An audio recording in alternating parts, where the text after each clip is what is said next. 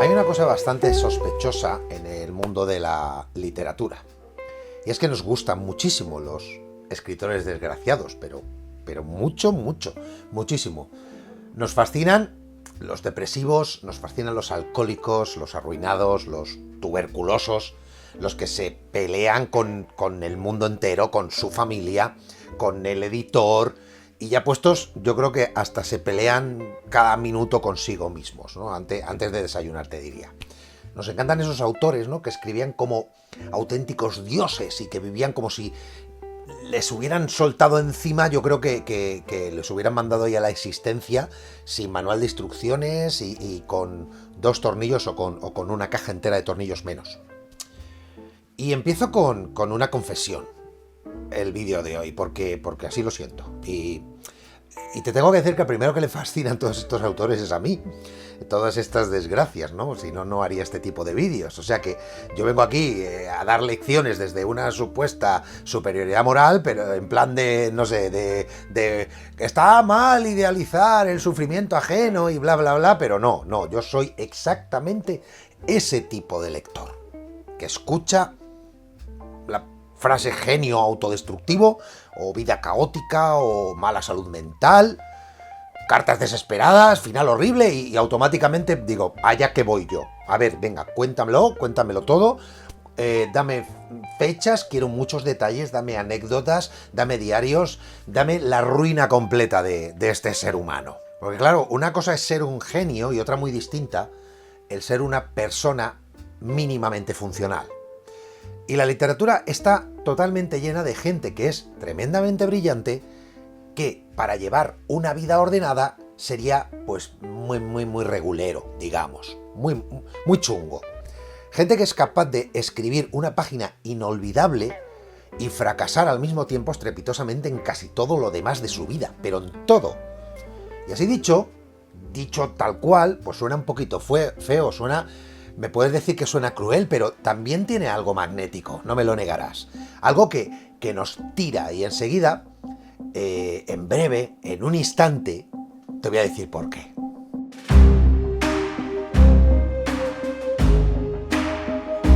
Nos tira porque cuando la literatura realmente importa, es cuando no sale de una vitrina. Cuando no sale de esa sala bien ventilada, ¿no? Llena de diplomas en las paredes y tal. Sale de los conflictos, de las obsesiones, de las heridas, de esos deseos, ¿no? De esas culpas, de esas neurosis, de esa vergüenza. Y entonces te aparecen autores ahí en la palestra como Dostoyevsky, te salen autores como Sylvia Plath, te salen autores como Bukowski, como Virginia Woolf, o como Edgar Allan Poe. Y, por supuesto, te salen Kafkas. Y no vemos solamente una firma, ¿no? Vemos una grieta. Siempre hablo de las grietas. No estamos hablando de un señor ahí, sin más, que está mirando bucólicamente por la ventana, ¿no? Estamos hablando de alguien que convirtió su propia grieta en pura literatura. Eso yo creo que impresiona al más pintado, ¿no? Por lo menos a mí me impresiona muchísimo. Ahora bien, me gusta ordenar estas cosas, ¿no? Porque una cosa es que nos impresione y otra muy distinta es que nos preguntemos por qué nos obsesiona tanto. Porque esto no es una curiosidad, no simplemente es eso. Guiño, guiño. Esto no es cuestión de... Es que me interesa su biografía y tal. Yo creo que hay algo un poquito más turbio aquí, algo un poco más profundo, más humano, si quieres, ¿no? Yo creo que incluso te diría un pensamiento algo impresentable. Nos atraen los escritores desgraciados porque hacen varias cosas al mismo tiempo, ¿no? Son una multitarea. Nos permiten, digamos, por un lado, apreciar ese inmenso talento, asomarnos al abismo y de paso, que es un 2x1, contemplar algo auténtico. Aunque eso después tenga bastante más mierda dentro, ¿no? De lo que nos gustaría reconocer. Porque primero tenemos, digamos, la vieja fascinación por el genio roto, ¿no? Por esa idea que la hemos romantizado demasiado, ¿no? Muy potente, al mismo tiempo muy peligrosa, de que para crear algo realmente grande tienes que estar un poco roto, ¿no? Tienes que estar destrozado. digamos que el talento siempre te va a venir con factura, que si escribes demasiado bien, algo se tiene que haber roto en alguna parte, ¿no? Algo le estás arrebatando al universo, te estás trayendo esa energía para acá. Y esto, pues dicho así, es que suena genial, ¿no? Suena wow, romanticismo puro. La verdad es que luego la realidad tiene bastante más barro, porque una cosa siempre es el sufrimiento material, digamos, ¿no? Las preguntas que te deja, esa intensidad que tiene, y luego otra es que eso sea un requisito sine qua non para que hagas algo artístico. Como si para escribir una gran novela tuvieras que perder la salud mental, arruinar 3 relaciones y desarrollar una adicción a distintas sustancias, a peyotes y alcoholes varios. Pues hombre, yo creo que no necesariamente, no, aunque sí que se haya dado, evidente, porque el mito está ahí, el mito sigue ahí y tiene una fuerza narrativa que te voy a contar, es impresionante, ¿no? Nos cuesta muchísimo aceptar que alguien pueda ser simplemente extraordinario y punto, ¿no? Y al mismo tiempo estable. Es como eso, si es un genio es que algo tiene, ¿no? Parece casi como una falta de educación estética si se incumple esa norma, ¿no? Porque un genio que sea equilibrado, un escritor que duerme sus 8 horitas, que paga sus impuestos a tiempo, que responde a los correos cuando se los escriben, que queda bien con la familia y es el yerno perfecto, pues imagínate el documental que le harían, ¿no? Sería ese autor brillante que tenía un montón de rutinas, que hacía un ejercicio moderado, comía sano y tal, hablaba bien con los vecinos, paseaba al perro. Pues no te hacen una peli. Eso está claro, ¿no? No te van a hacer una serie, no hay culto, no. Nadie se hace camisetas con tu cara. ¿Eso quién carajo lo va a romantizar? A nadie le importa. En cambio, nos ponen delante alguien que es brillante, sí, pero también atormentado y contradictorio. Tiene que ser excesivo, y ahí sí que entramos.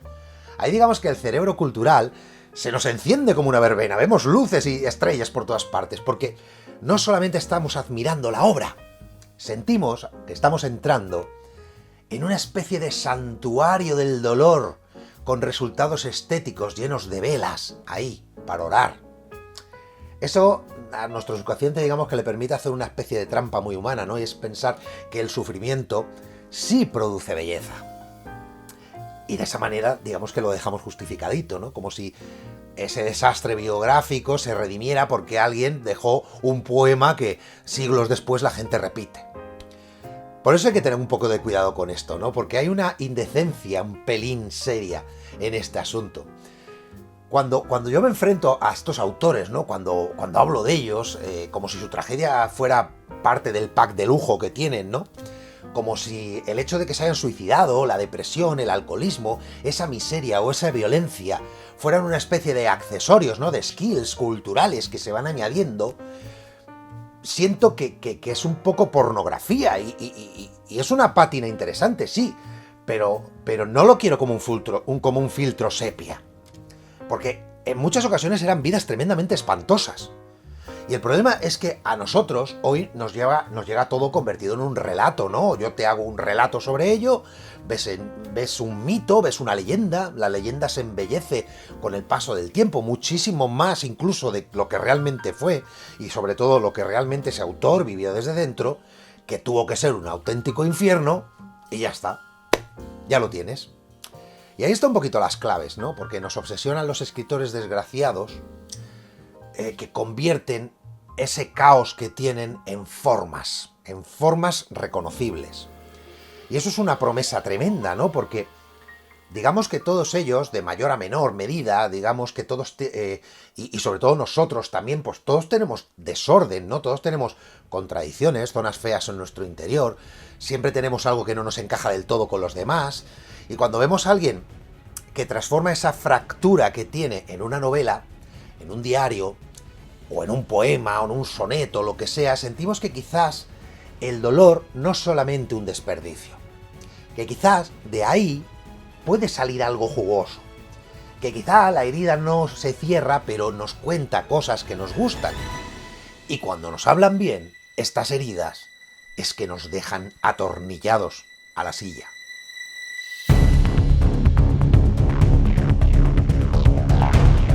Y esto explica en parte la fascinación, pero no lo explica todo. Hay otra parte, bastante menos noble, que es el morbo. el morbo puro y duro. Nos interesa la caída, nos interesa el exceso, nos interesa el cotilleo elevado a categoría cultural. Nos ponemos muy becerros con esto. Nos interesa saber qué bebía, a quién engañaba, con quién, cuánto bebía, con quién se peleó, con cuántos se peleó, quién se volvió insoportable, quién escribió una obra maestra en medio de todo este derrumbe. Todo, queremos todo, el pack completo. Yo trato en esto de ser lo más honesto posible, ¿no? Porque el lector culto, o el que se considera culto, pues también marujea bastante. Las cosas como son. A lo mejor lo hacemos con más o menos referencias, pero marujeamos un montón. Cotilleamos sobre famosos continuamente, cotilleamos sobre poetas suicidas, cotilleamos sobre novelistas alcohólicos. Es que de verdad es que nos encanta esto. De una manera elegante, sí, pero nos encanta. Las cosas como son. Pero el mecanismo de cómo funciona el cerebro para una cosa y para la otra es muy parecido. Y a mí me hace esto un poco de gracia, ¿no? Porque en este mundillo literario, que tiene esta capacidad extraordinaria, increíble para disfrazar de interés intelectual cosas que en el fondo son puro, madre mía, virgen del amor hermoso, menuda vida llevaba este pavo, literalmente, entonces nos ponemos muy serios, ¿no? Fruncimos un poquito el ceño, así, ponemos voz grave, citamos contextos históricos. Por debajo de esto, pues también hay una fascinación bastante novelesca por el desastre. Nos ponemos ahí y en ese perfil y tampoco pasa nada por admitirlo. No le estamos haciendo daño a nadie. Porque peor sería fingir, ¿no? Que todo esto lo hacemos por razones puramente filológicas o porque nosotros analizamos los textos desde una perspectiva que otros no. Pero vamos a centrarnos en cosas importantes. Los escritores desgraciados nos tranquilizan con una idea, ¿no? Que obsesiona mucho a los lectores. Y es que el talento no te salva de nada. Esto es duro de tragar, pero también es bastante hipnótico, ¿no? Porque cierto es que nos han contado muchísimas veces una historia que no... O sea, que tiene bastante trampa dentro, ¿no? Eres bueno en algo, tienes esa sensibilidad, sí tienes inteligencia, a lo mejor haces una gran obra, pues oye, la vida te tiene que recompensar de alguna forma, ¿no? Esta trampa la encontramos en todos los lados. Todo debe cuadrar. Debe haber como una especie de justicia narrativa poética. Pero es que no la hay. Es que hay autores geniales que fueron profundamente infelices y punto. Hay gente que tiene un don enorme, que no supo vivir, o que no pudo vivir directamente como debía, y vivió aplastada por su tiempo, por su cabeza, por sus circunstancias, como decía Gasset. Al final, nadie es exento de esto. Esa verdad te desquicia un pelín, pero también nos interesa al mismo tiempo porque aterriza ese talento, ¿no? Te lo manda al piso. Le quita una aura casi religiosa, nos recuerda que el genio ni mucho menos te convierte en sabio, ni te convierte en santo, ni te convierte en funcional, ni eres un ejemplo de moralidad. Pues sí, escribir maravillas, nadie te lo va a quitar. Al mismo tiempo que eres un desastre humano. No pasa nada por eso. Puedes cambiar la literatura y no saber qué hacer con tu propia vida ni freírte un huevo. Puedes entender el alma humana, vamos, con una clarividencia increíble, y no puedes entenderte un carajo a ti mismo. De hecho, parece que cuanto algunos mejor veían el mundo, peor podían soportarlo.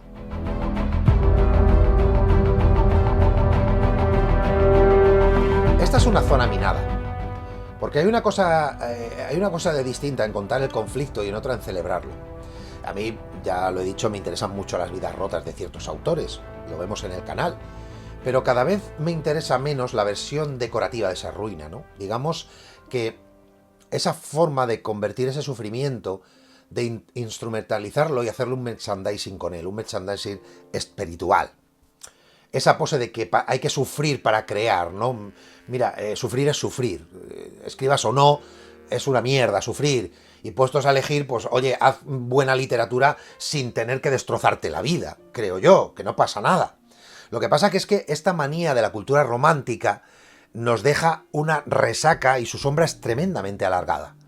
Seguimos comprando y nos sigue atrayendo el pack del artista maldito porque tiene una épica que nos engancha a todos.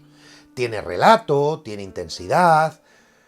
Es que es súper fotogénico, pero al mismo tiempo muchas veces es una grandísima mentira, muy bien empaquetada. No todos los grandes escritores fueron desgraciados. ¿Alguien puede negar eso? Ni fueron desgraciados del mismo modo, ni por las mismas razones, ni tuvieron todos las mismas consecuencias.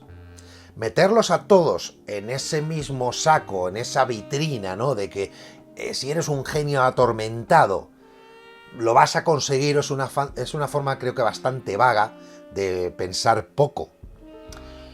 Te pongo ejemplos. No es lo mismo la enfermedad mental de Virginia Woolf que la miseria que tuvo Poe. No es lo mismo la autodestrucción totalmente elegida de Bukowski que esa asfixia existencial que tenía Kafka. No es lo mismo la violencia del contexto histórico para ciertos autores según en qué zona se encuentren, ni esas incapacidades personales que tenían para vivir sin incendiar todo lo que tocaban y esa manía casi pertinaz de tomar siempre las peores decisiones. Sí que te da una estética vistosa a su vida, ¿no? Pero dejamos de entender precisamente algo que creo que es crucial, y es cómo cada uno convirtió esa diferente forma de dolor en una forma distinta de escritura. Esto me genera a mí una pregunta, me genera una duda, ¿no? Vale, sí, qué pena, qué vida más terrible, pero no me vendas eso de que Sexy es el desastre. Porque sí que me gustaría saber qué hacía cada una de esas personas con lo que le pasaba, ¿no? Cómo digería esa herida, cómo la deformaba, ¿no? Cómo la convirtió en un estilo, en obsesión, en respiración del texto. Porque yo creo que ahí está un poco su biografía, ¿no? Ahí está el punto en el que las cosas dejan de ser un mero cotilleo y empiezan a ser una lectura real. Contextos. Eso es lo que a mí me fascina de estos autores. No solamente que sufrieran, que también tiene su morbo, como hemos dicho, sino qué hicieron con ese sufrimiento, porque hay gente que sufre y no hace nada, o hace cosas muy malas. Es como una alquimia, ¿no? Aunque suene intenso, digamos. Esos momentos tan terribles que pasan por una cabeza descomunal y que los convierte en algo imperecedero. Esto es lo que simplemente separa los libros normales de los libros que te dejan señales, que te dejan marcas, ¿no? Y ya no más allá del prestigio que tenga, ¿no? O del grosor de las páginas, que eso es irrelevante, o cantidad de citas, corren como memes por el mundo, por Instagram, la marca personal de las narices, más allá de eso. Y también me interesan, tengo que decir, no te voy a engañar, porque ponen la literatura en un sitio que considero muchísimo más vivo, más humano, más real. Y será porque es que me aburren a veces profundamente versiones culturales que convierten a escritores en yo que sé, en bustos de mármol, ¿no? Digamos, con esas bibliografías sesudas a pie que no le importan a nadie. Eso para los museos vale, ¿no? Pero hacer reverencias automáticas porque lo que importa es lo que dice el canon, bueno, en fin, se lo dejo para algunos que les mole esas cosas. A mí me gusta más todo lo que hay detrás, me gustan las bambalinas. A veces brillante, a veces miserable, a veces ridículo, a veces insoportable o sórdido, y a veces valiente, a veces cobarde, y casi siempre rota, ¿no? Porque de todo eso nos salen estas voces. No es una estampita ni nada, es auténtica voz.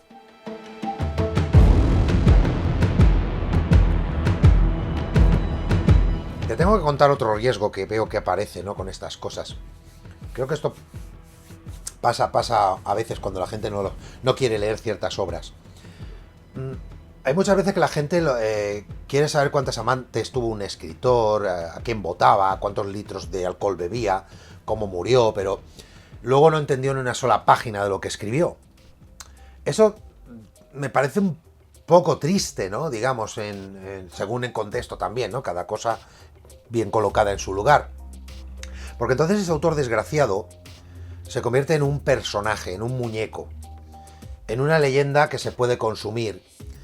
Y la literatura, que era lo importante, queda como ahí enterrada, ¿no? Como un decorado bonito que le acompañó a este individuo en concreto, mientras bebía y bebía litros de alcohol, ¿no? La gracia está en que la vida ilumine la obra, pero que no se la trague, que no la fagocite, en que te ayude a leer mejor, pero que no te sustituya lo que estás leyendo, no sé si me explico. Hay que entender la fascinación, hay que entender que ese desastre tiene sentido siempre y cuando ese desastre esté volcado en el texto. te dé matices y te den más hambre de seguir, ¿no? De seguir devorando. Si no, simplemente nos quedamos en el sálvame deluxe, ¿no? En el salseo fino, en ese cotilleo de tapadura y poco más, ¿no? Y no sé qué pensarás tú, pero yo a veces tengo la sensación en el fondo de que los escritores desgraciados nos obsesionan porque nos ofrecen una visión extrema de algo que todos tenemos un poco dentro, que todos intuimos, ¿no? Y es que vivir es bastante más desordenado de lo que nos gustaría reconocer, ¿no? Que el estado natural de las cosas es el caos.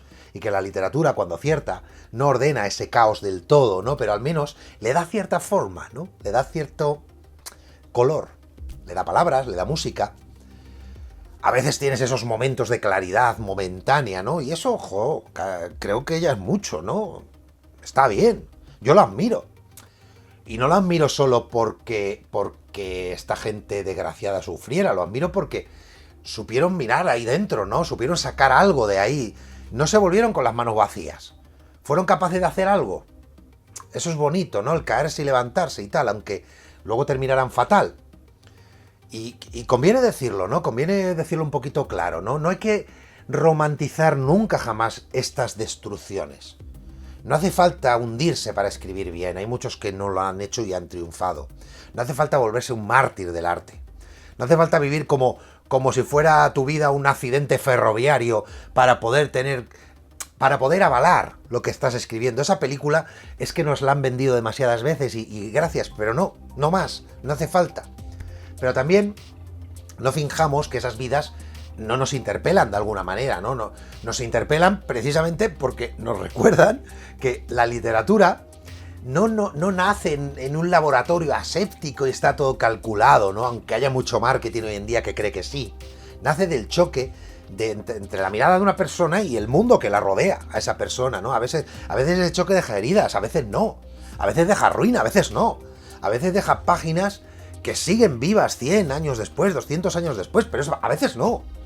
Páginas que siguen respirando porque allí hubo un individuo o una individua que no encajó, que no supo, no pudo vivir en paz con lo que tenía, ¿no? Alguien que convirtió esa maldita incomodidad que tenía con el mundo en su verdad y lo puso negro sobre blanco. Por eso volvemos a ellos. No por tratar de venerar su desgracia como quien enciende una vela ahí delante del altar, ¿no? del artista maldito.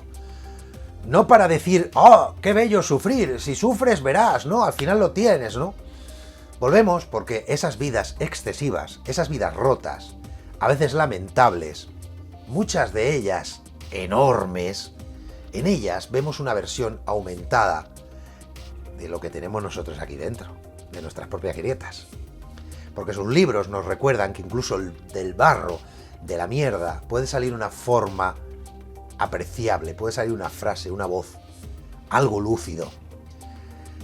Piensa que la literatura no está ahí para decorar estanterías solamente, ¿no? Ni para hacerte parecer interesante en esta cena o en una conversación.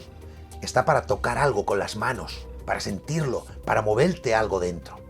Para decirte, con un poco de mala leche y un poquito de verdad, que debajo de todo ese barniz, de esas capas infinitas, todos somos un poquito más frágiles de lo que queremos aparentar.